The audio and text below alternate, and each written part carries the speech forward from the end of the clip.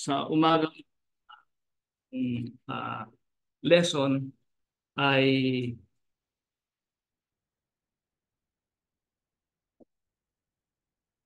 yon pong ating makikita o mababasa sa Psalms 73. Marahil ay familiar kayo mga kapatid sa Psalms na ito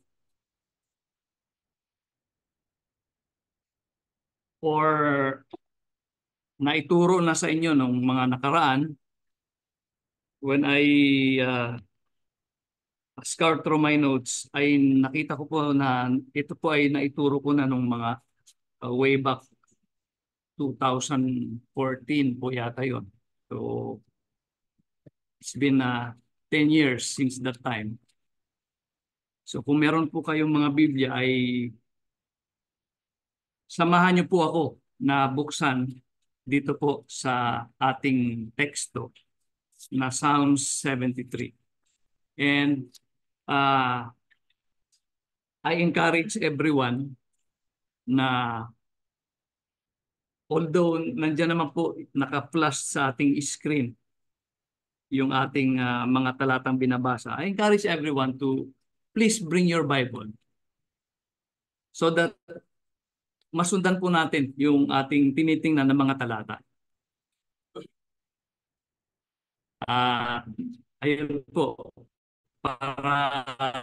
para din po na mag-grow po tayo sa pagkakilala sa salita ng ating Panginoon. So before going through this lesson, ay gusto ko po munang balikan yung ating nakaraang lesson last, if I'm not mistaken po, September 29. So mga 3 linggo na ang nakalilipas. Ang atin pong tinalakay ay, ang pamagat po nun is, ano po ba yung ating blessings? What are our blessings? That is the title of our lesson. At napag-aralan po natin doon po sa pag-aaral na yan na sa Old Testament, kapag ka ang teksto ay sinasabing ang Diyos ay pagpapalain o magbibigay ng pagpapala sa isang individual, ang Diyos ay kumikilos. God is working for the good of the individual or the nation. Sabi, your internet connection daw is unstable. Pangalawa, mga kapatid, while it is true that in the Old Testament, God blesses a nation with prosperity. For example, the nation of Israel, pinagpapala ng Diyos ng pagpapala. Binibigyan niya ng pagpapala. It is conditioned on their obedience to Him.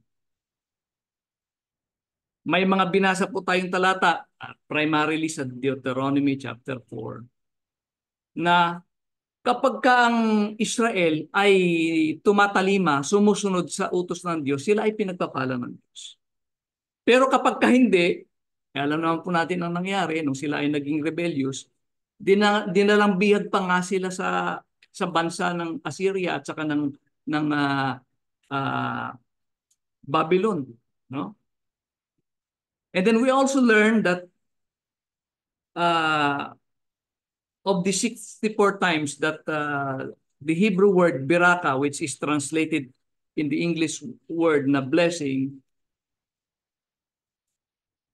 4 times lamang, mga kapatid.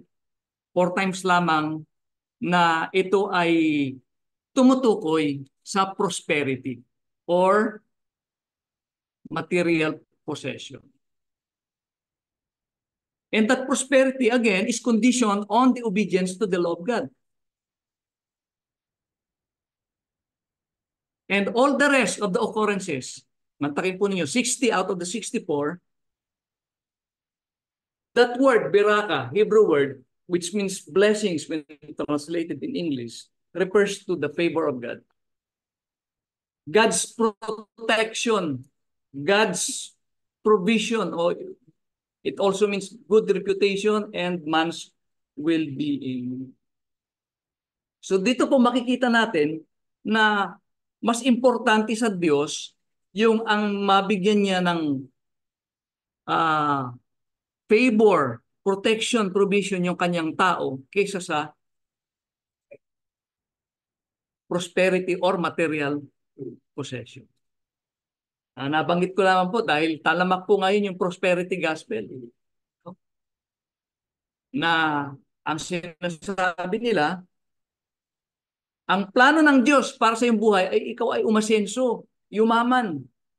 But we will later on see in this study of Psalm 73 na hindi po yun ang plano ng Diyos.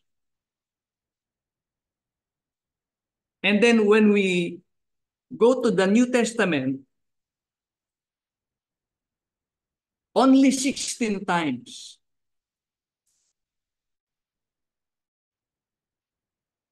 na nabanggit itong salitang blessing. Sa Grego, wikang Grego po, eulogia. At ni isa man ang tumutukoy sa prosperity or earthly possession. Kaya po, ako minsan naguguluhan ako sa mga tao nagsasabi na pagka sila ay nakatanggap ng malaking pera o meron silang everything that is related to material or earthly possession, they equate it to blessing. Pero kung titingnan po natin ang New Testament or even the Old Testament, hindi po yan ang ibig sabihin. Oh? The 16 occurrences of that word blessing in the New Testament, it is translated as salvation, benevolence, or generosity.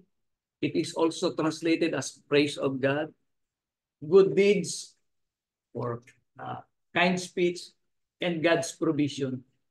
Ano po itong God's provision? Provision ng Diyos sa araw-araw.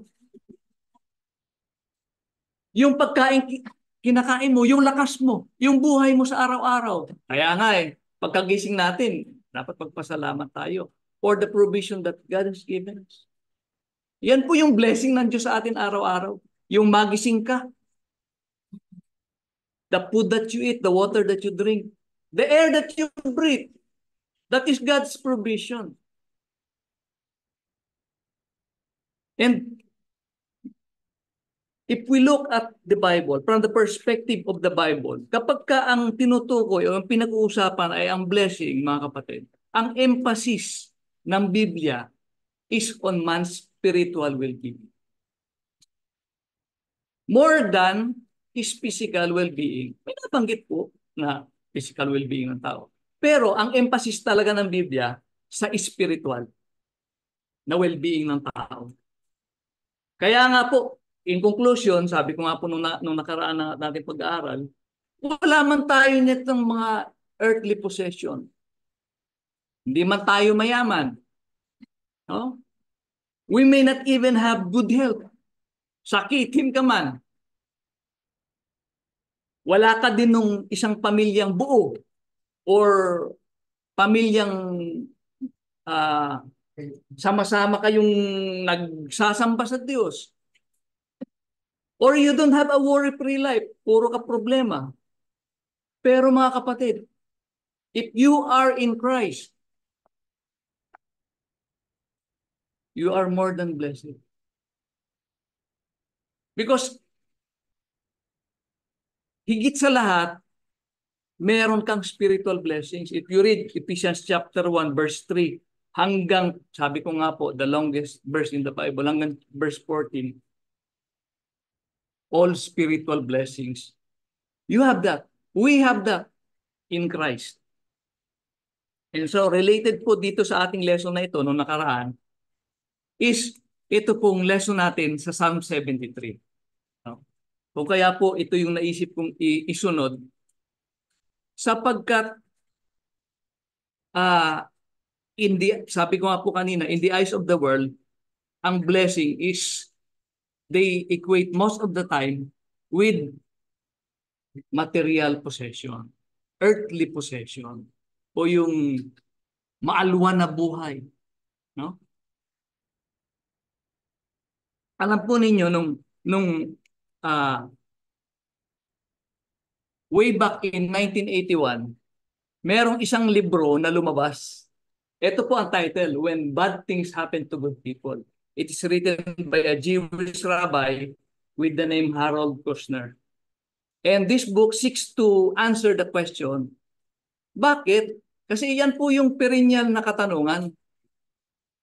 Bakit may mga taong mabuti na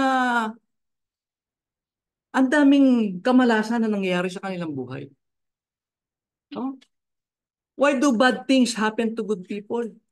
Or kung i-reverse po natin, why do good things happen to bad people? Diba?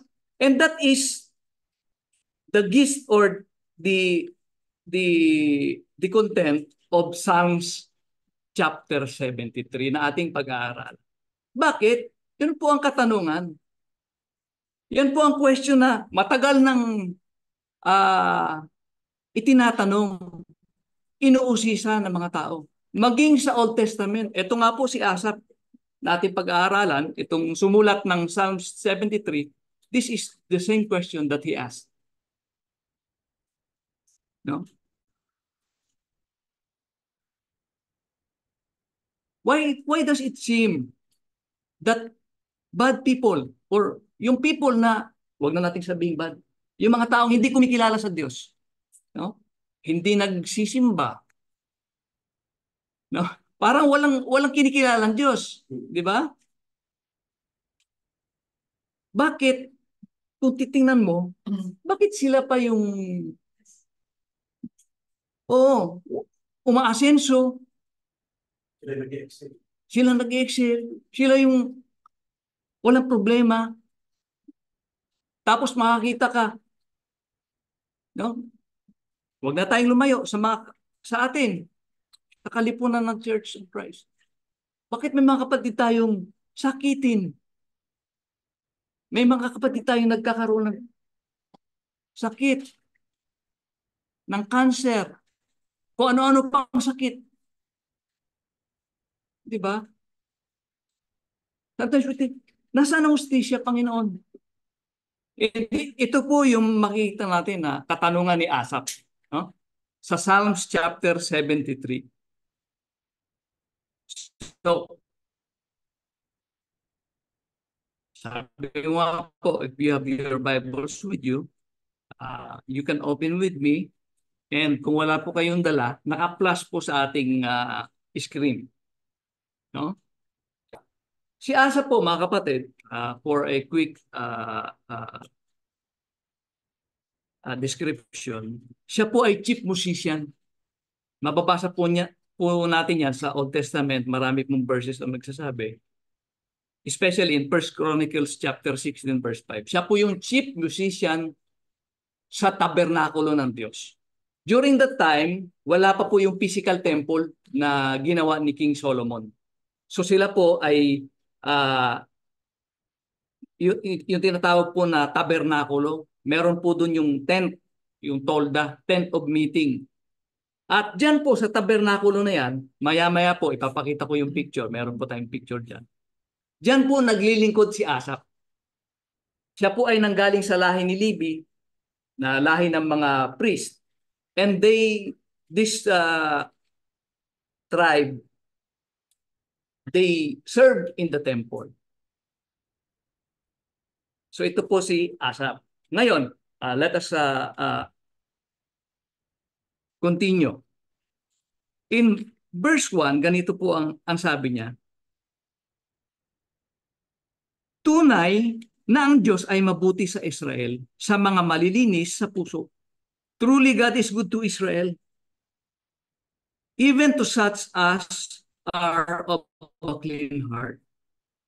So, Asaph recognized the goodness of God. Alam niya, naglilingkod siya doon sa sa templo. And he knows the scriptures. He knows that God is good. Pero sabi niya sa verse 2, ngunit tungkol sa akin, ang mga paa ko'y halos nahiwalay, ang mga hakbang ko'y kamuntinang nangadulas. Bakit? Ano ang reason? No? Bakit muntik ng, sabi niya, muntik ng madulas yung kanyang hakbang. And this is the reason, mga kapatid. Nakita niya, nakita niya yung ano? Nakita niya yung kaginhawaan ng mga masama. Yung karangyaan ng mga taong hindi kumikilala sa Diyos. For I envied the arrogant. Sabi po dito sa aking translation, for I was envious at the foolish when I saw the prosperity of the wicked. Now, mga kapatid, ito po yung problema. No? Ito po yung problema. Si Asaph po,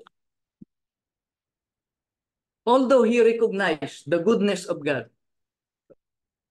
maging tayo naman, palagi po nating sinasabi, God is good all the time. All the time, God is good. But dumarating din sa minsan sa buhay natin na minsan naku-question natin o napapag-isip tayo kung talagang mabuti ang Diyos, bakit ganito? Di ba? Kagaya nito si Asa, he recognized that God is good, but then he started with the wrong attitude. Ano po yun? Ito po yung envy. Na naghili siya or in simple Tagalog, nainggit. Nainggit siya nung nakita niya yung mga masasama. Nakita niya yung kanilang kaginhawaan.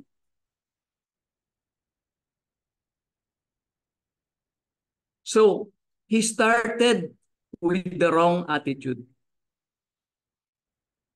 And this wrong attitude, yung kanyang pagkainggit, ito po yung nag-cloud ng kanyang judgment. No? Ito po yung parang nag-ano ng kanyang paningin, nagpalabo ng kanyang paningin. Kasi nainggit siya eh. Doon siya naumpisa sa pagkainggit. And this wrong attitude caused him to become self-righteous. Di ba? Tingin niya, siya ay isang taong mabuti. Tapos yung nasa paligid niya, mga masasama. No? So, tuloy po natin mga kapatid. Ito po ang napansin niya. Ito po yung kanyang nakita sa kanyang paligid. Na yung mga taong masasama, they have no struggles. Oh. They are not in trouble as other men, neither are they plagued like other men. Para bang wala silang problema. Oh. Ayan po sa translation na yan, walang tali sa kanilang kamatayan. Yung ba parang kapag sila nabubuhay, parang hindi sila mamamatay. Walang walang problema sa buhay, worry-free life. Walang hassle. Oh. Sila'y walang kabagabagan na gaya ng ibang mga tao. Sa isip ni Asap, bakit sila na hindi naman kumikilala sa Diyos, sila pa yung walang problema? Eh ako ito naglilingkod sa templo. Oh? Ako pa itong, sabi nga niya eh, makikita po natin dyan sa mga darating na verses. He is plagued every morning. Marahil po ito may dinaramdam na sakit sa katawan ito si Asap. Samantala nung titingin siya sa mga tao na hindi kumikilala sa Diyos, yung mga masasama, parang walang mga sakit na nararamdaman. No? And therefore, sabi niya, pride is their necklace. They clothe themselves with violence. Their eyes stand out with fatness. They have more than their heart could wish. Ito. Sobra-sobra. Sila'y mayroong higit kaysa mananasan ng puso. They have all the things that their heart desires. Material things, Masasarap na pagkain, magagarang tahanan, maraming pag-aari, no? Mga alipin na nagsisilbi sa kanila. Kaya ang nangyari, they are proud. Ang kapalalo ay gaya ng kwintas sa kanilang liig. At tinatakpan sila ng karahasan na gaya ng bihisan, sabi po diyan.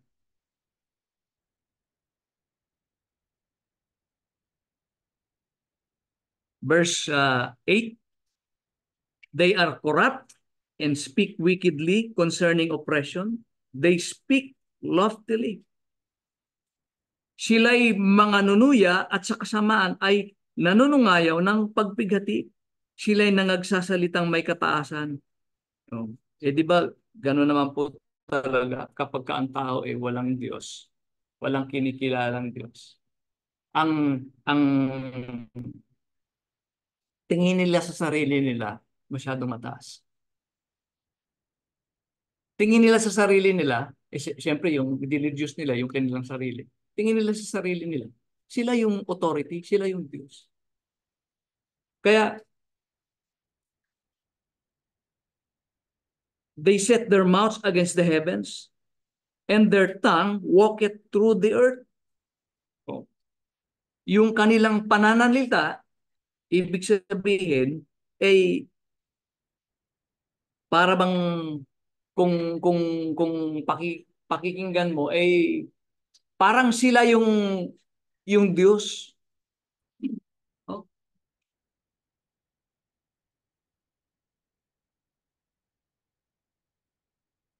Sila yung nagsasalitang may kataasan.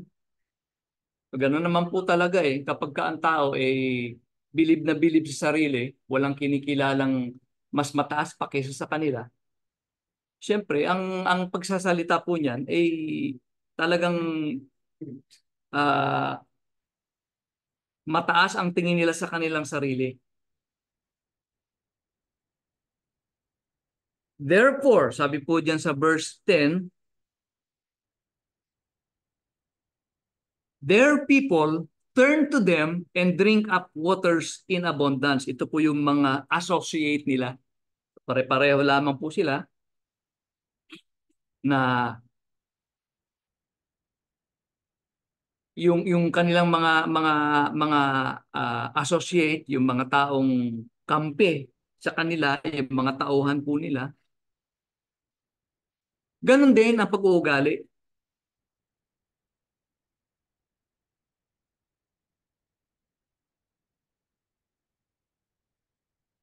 And then in verse what is that? 11. At kanilang sinasabi, paanong nalalaman ng Diyos at may kaalaman ba sa kataas-taasan?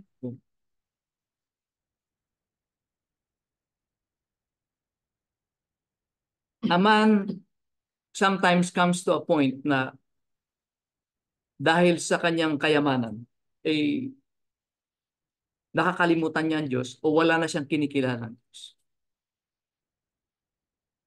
Hindi naman po literal mga kapatid na marahil ay hindi naman literal na sinasabi nitong mga taong to na paano nalalaman ng Diyos ang aking pinagagawa? O alam ba ng Diyos yung nangyayari sa akin?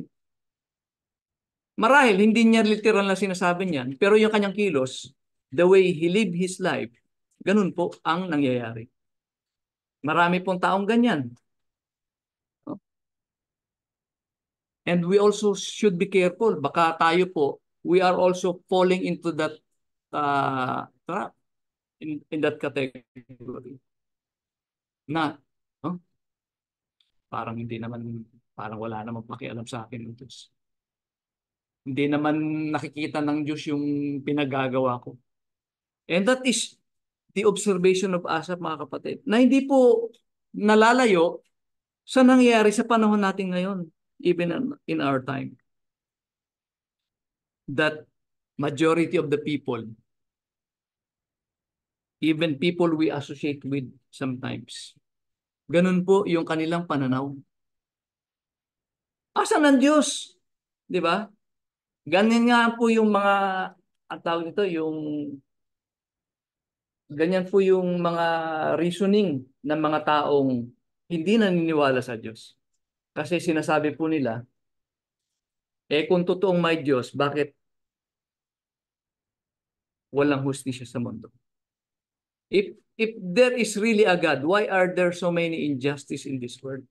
Why do bad things happen to good people? Why do good things happen to bad people? Kaya ang conclusion po nila, wala namang Diyos. Kasi kung meron Diyos, bakit niya hinahayaan na mangyari yan?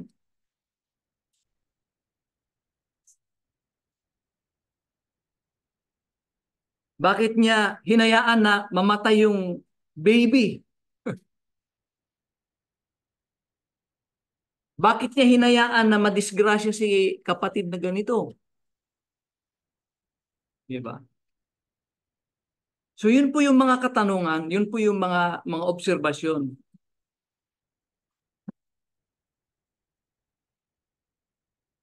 Kaya sabi ni Asaph in verse 12, this is what the wicked are like. Always free of care, and they go on amassing wealth. Yeah. Narito, sabi niya, ito yung mga masama. Laging tiwasay. At nagsisilago pa sa kayamanan. Pero po ninyo, yun po yung kanyang obserbasyon. Yan din po minsan yung obserbasyon natin. Bakit sino pa yung mga tao hindi kumikilala sa Diyos?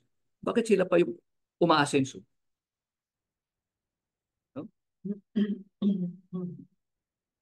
Bakit sila pa yung hayahay? Bakit sila pa yung parang pinagpapala ng Diyos? If we don't have the correct interpretation or the correct mindset about blessing, masasabi natin, bakit sila pa yung mas biniblessed? Pero kung alam po natin yung totoong konsepto ng blessing, masasabi po natin na hindi sila blessed. Bakit? Material ano lang ang meron sila eh. Wala silang Diyos. Di ba? Yung taong may Diyos at nasa Diyos, sila yung totoong blessed. Sabi ni Asaph, nung nakita niya, itong mga masama, they're always free of care and they keep on getting rich. Payaman sila ng payaman. Kaya sabi niya, surely in vain I have kept my heart pure and have washed my hands in innocence. Sabi niya sa Tagalog, tunay na sa walang kabuluhan ay nilinis ko ang aking puso at hinugasan ko ang aking mga kamay sa kawalang sala. O dito po sa point na ito, nag-ano na si Asa, parang nawawalan siya parang nawawalan siya ng pag-asa. Bakit? Sabi niya, parang walang kabuluhan pala yung pagiging matuwid, yung pagiging malinis. Walang kabuluhan pala yung pagiging mabuti kung ganito lang naman. Bakit? O sinikap ko maging mabuti. Kaya lang, bakit hindi naman ako pinagpapala ng Diyos? Nakagaya ng mga masasamang yan.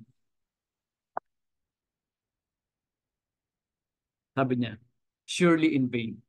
Tunay na walang kabuluhan. Yun po yung kanyang pananaw. Kasi nakita niya, yung mga taong hindi kumikilala sa Diyos, sila itong walang problema. Siya, na naglilingkod sa templo, siya yung merong kabagabagan. He has all the care in this world. Kaya sabi niya, in vain, useless. Sabi niya, all day long I have been afflicted and every morning brings new punishment. Kaya ako po nasabi na, baka ito si Asaph, merong iniindang sakit. No?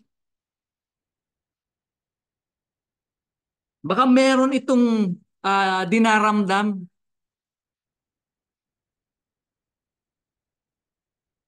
Di ba? Ganun naman po mga kapatid. Kapag ka meron kang inatake ka ng arthritis, talagang masasabi mo sa sarili mo na ang sakit. No? Minsan mapapa sasagi pa sa isipan mo na ano na bakit kaya yung ibang tao hindi parang napaka-healthy naman nila ako itong ah, patuloy na naglilingkod sa Panginoon bakit ako pa itong merong ganitong dinaramdam. Kaya lang mga kapatid, ah, although Asaph has this observation, pansinin po ninyo nasa verse 15 sabi niya, if I have spoken out like that, I would have betrayed your children. Kasi nagtatalo pa rin sa isipan niya na there is something na hindi niya naiintindihan na bakit ganito ang nangyayari. Kung sasabihin niya ito sa kanyang mga kapatiran, no?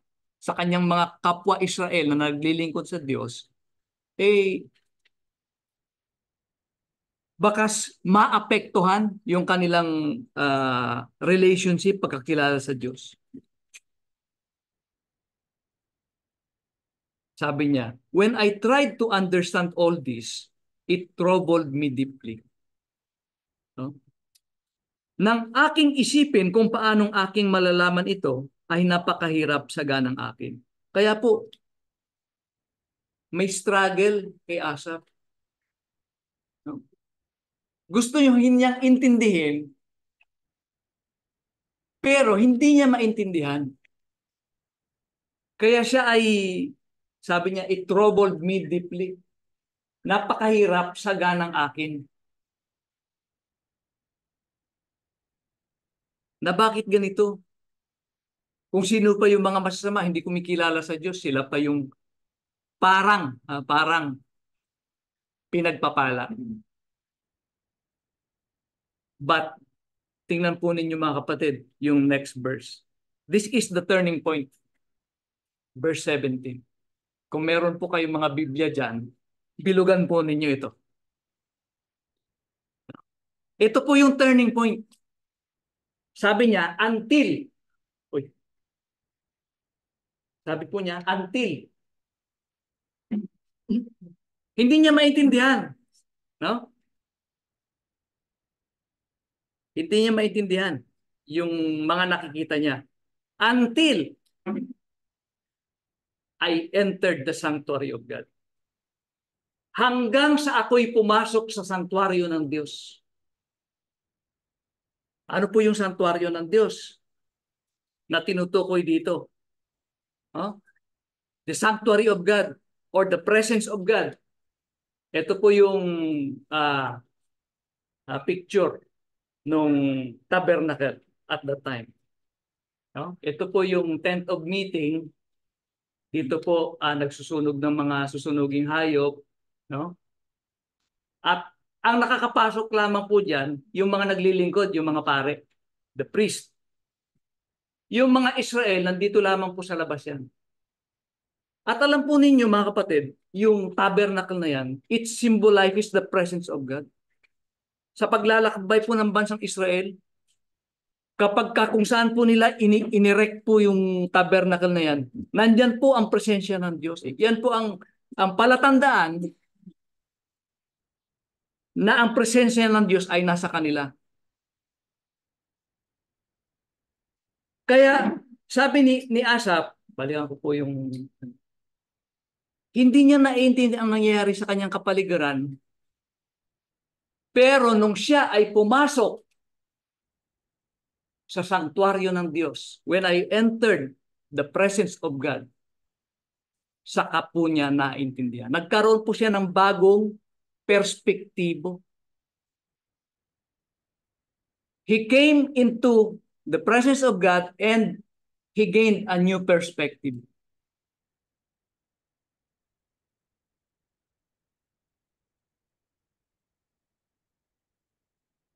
Ano po yung nakita niya? Naintindihan na niya ngayon yung destiny ng mga masasama.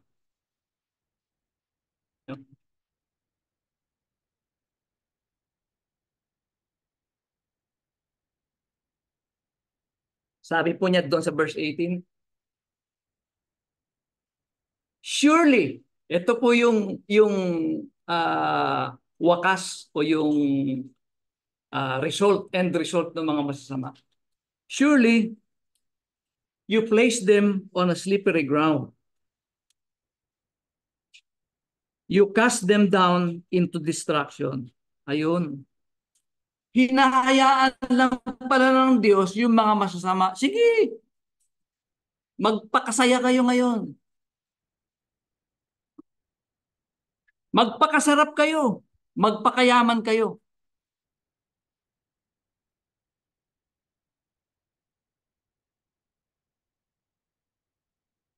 Tunay na iyong inilagay sila sa mga madulas na dako. Iyong inilugmok sila sa kapahamakan. Kung paano naging kapahamakan sila sa isang sandali, sila'y nilipon na lubos ng mga kakilabutan.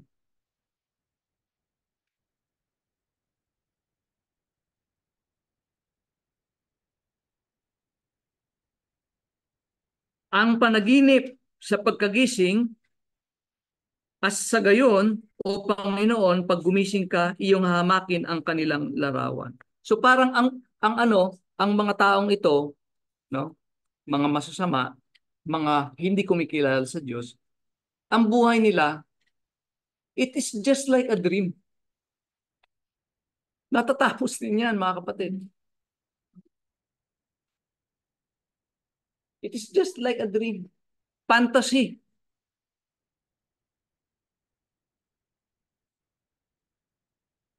Ngayon, naintindihan na ni Asaph.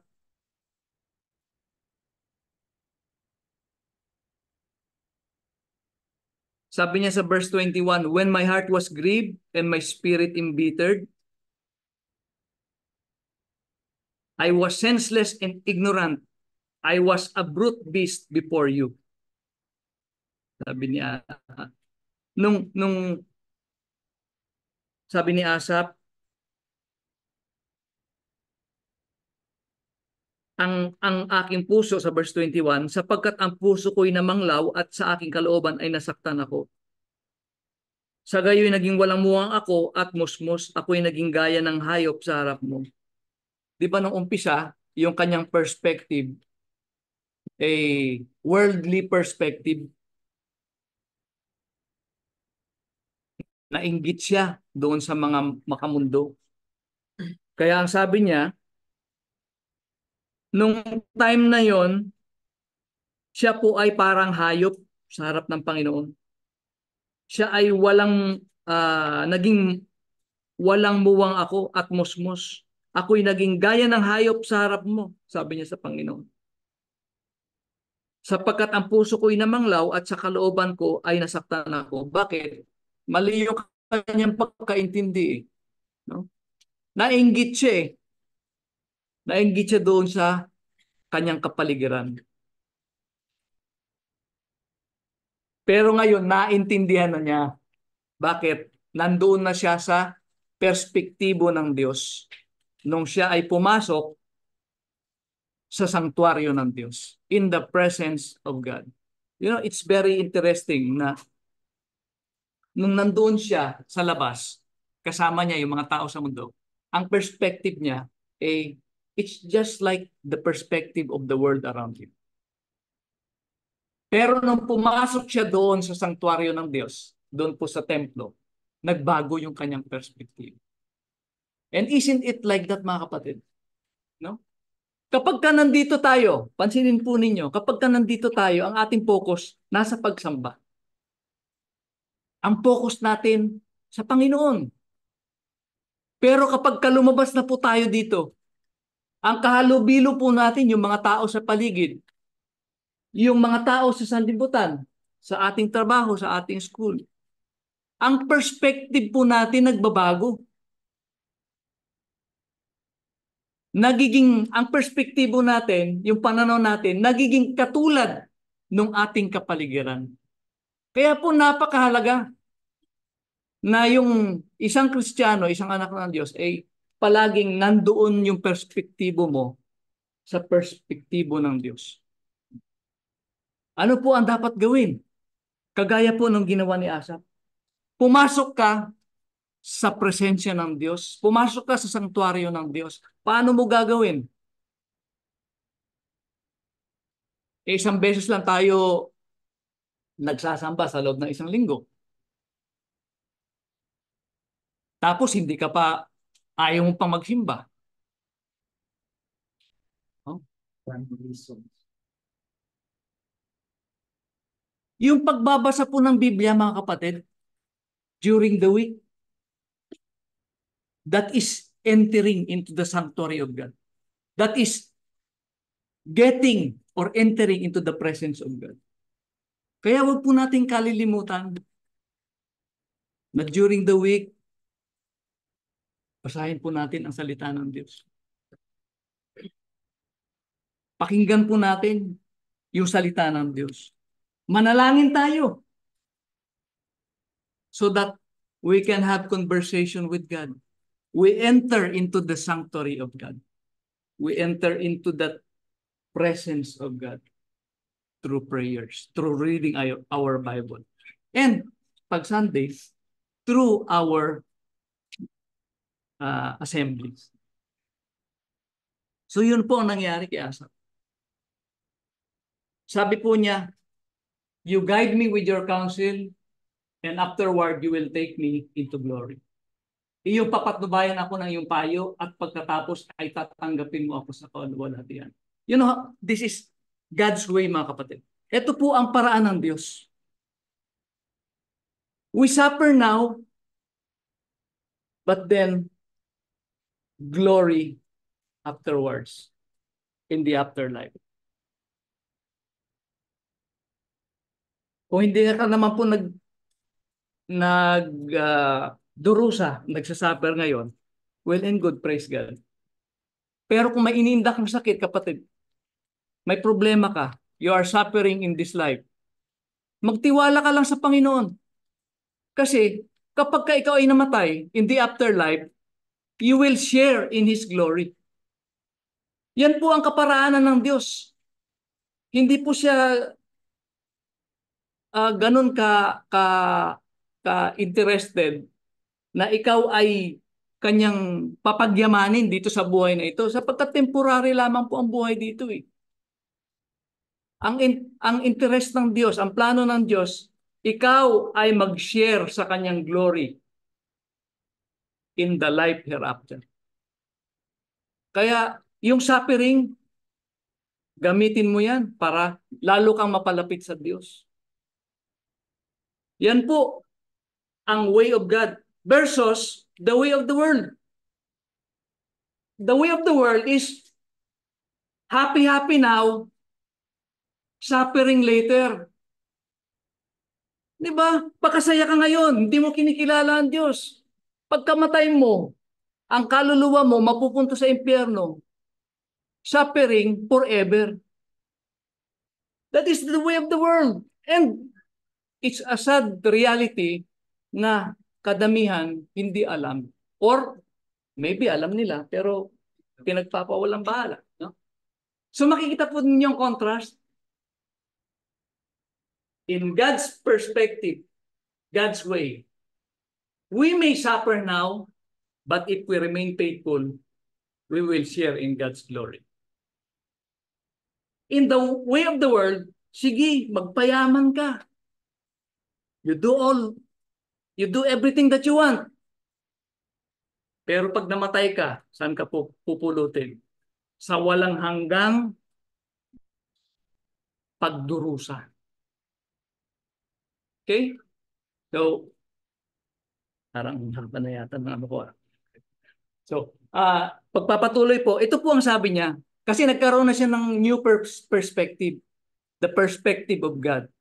Sabi niya, whom have I in heaven but you? Na-realize na niya na wala siyang ibang kakampi kundi ang Diyos.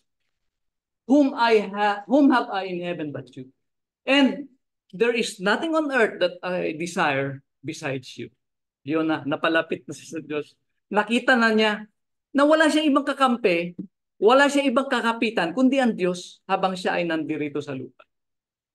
Sabi niya, my flesh and my heart may fail, but God is the strength of my heart and my portion forever. Napakagandang verses, mga kapatid. No? Sa bahay po, meron po akong frame, picture frame, these two verses. And the last two verses, sabi niya, those who are far from you will perish. You destroy all who are unfaithful to you. Yun po yung kanilang outcome. They will perish. They will be destroyed. But as for me, sabi ni Asaph, it is good to be near God. Mas maigi ang ako'y mapalapit sa Diyos. I have made the sovereign Lord my refuge. I will tell of all your deeds. So, back to the question that was raised a while ago. Why do good things happen to bad people? And why do bad things happen to good people?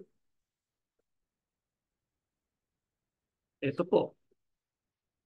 Good things doesn't always happen to bad people. Hindi naman lahat ng taong masama, hindi naman lahat ng taong hindi kumikilala sa Diyos, umasenso. Meron din namang patuloy na nagdurusa. Bad things also doesn't always happen to good people. Brother Nelson, meron bang masasamang nangyari sa buhay mo? See? It's not always the case. Not all bad people experience good things. And not all good people experience bad things. Di ba? Kaya, kagustuhan ba ng Diyos na merong mangyaring masama sa mga tao matuwid? O merong mangyaring mabuti sa mga taong masama? Hindi. Hindi kagustuhan ng Diyos yan. Pero kayang pigilan ba ng Diyos yan? Kaya. Bakit hindi niya pinigilan? I don't know the answer. I just know that the Bible says that we are living in a cursed world where random freak things happen.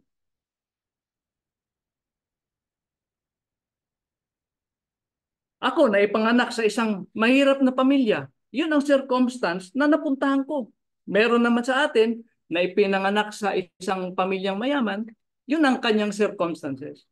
Pero does it mean that God chose me to be poor and chose you to be rich? Hindi po. Pero ang gusto ng Diyos, ikaw ay ano? Ikaw ay magtalima at sumunod sa Kanya. Because, you know,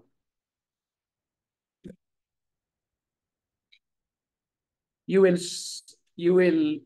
may suffer now, but later, you will share in His glory. So, ito po ang dapat nating gawin, mga kapatid. We need to change our perspective. We may be suffering right now, but this is just temporary. Yan po dapat ang ating nakikita. When good things happen to bad people or when bad things happen to good people, temporary lang po yan. No? Ang dapat natin pagtuunan is we remain faithful to God until our last breath so that we will share in His glory in the life hereafter. Again, yan po. Pumili kayo. Gusto nyo ng eto o ito? O magpakasaya ka ngayon. Pero forever kang magsasuffer sa dagat-dagatang apoy ng impyerno. Dito po, Suffer ka ngayon, temporary lang yan. Kapag ka nagtiwala ka sa Diyos, nagpasakop ka sa Kanya, nag, nagtalima ka hanggang sa huli ng iyong huling sandali ng iyong buhay, forever kang mag-share sa Kanyang glory. Alin ang pipiliin po ninyo? You choose. Maraming salamat po sa inyong pakikinig, mga kapatid.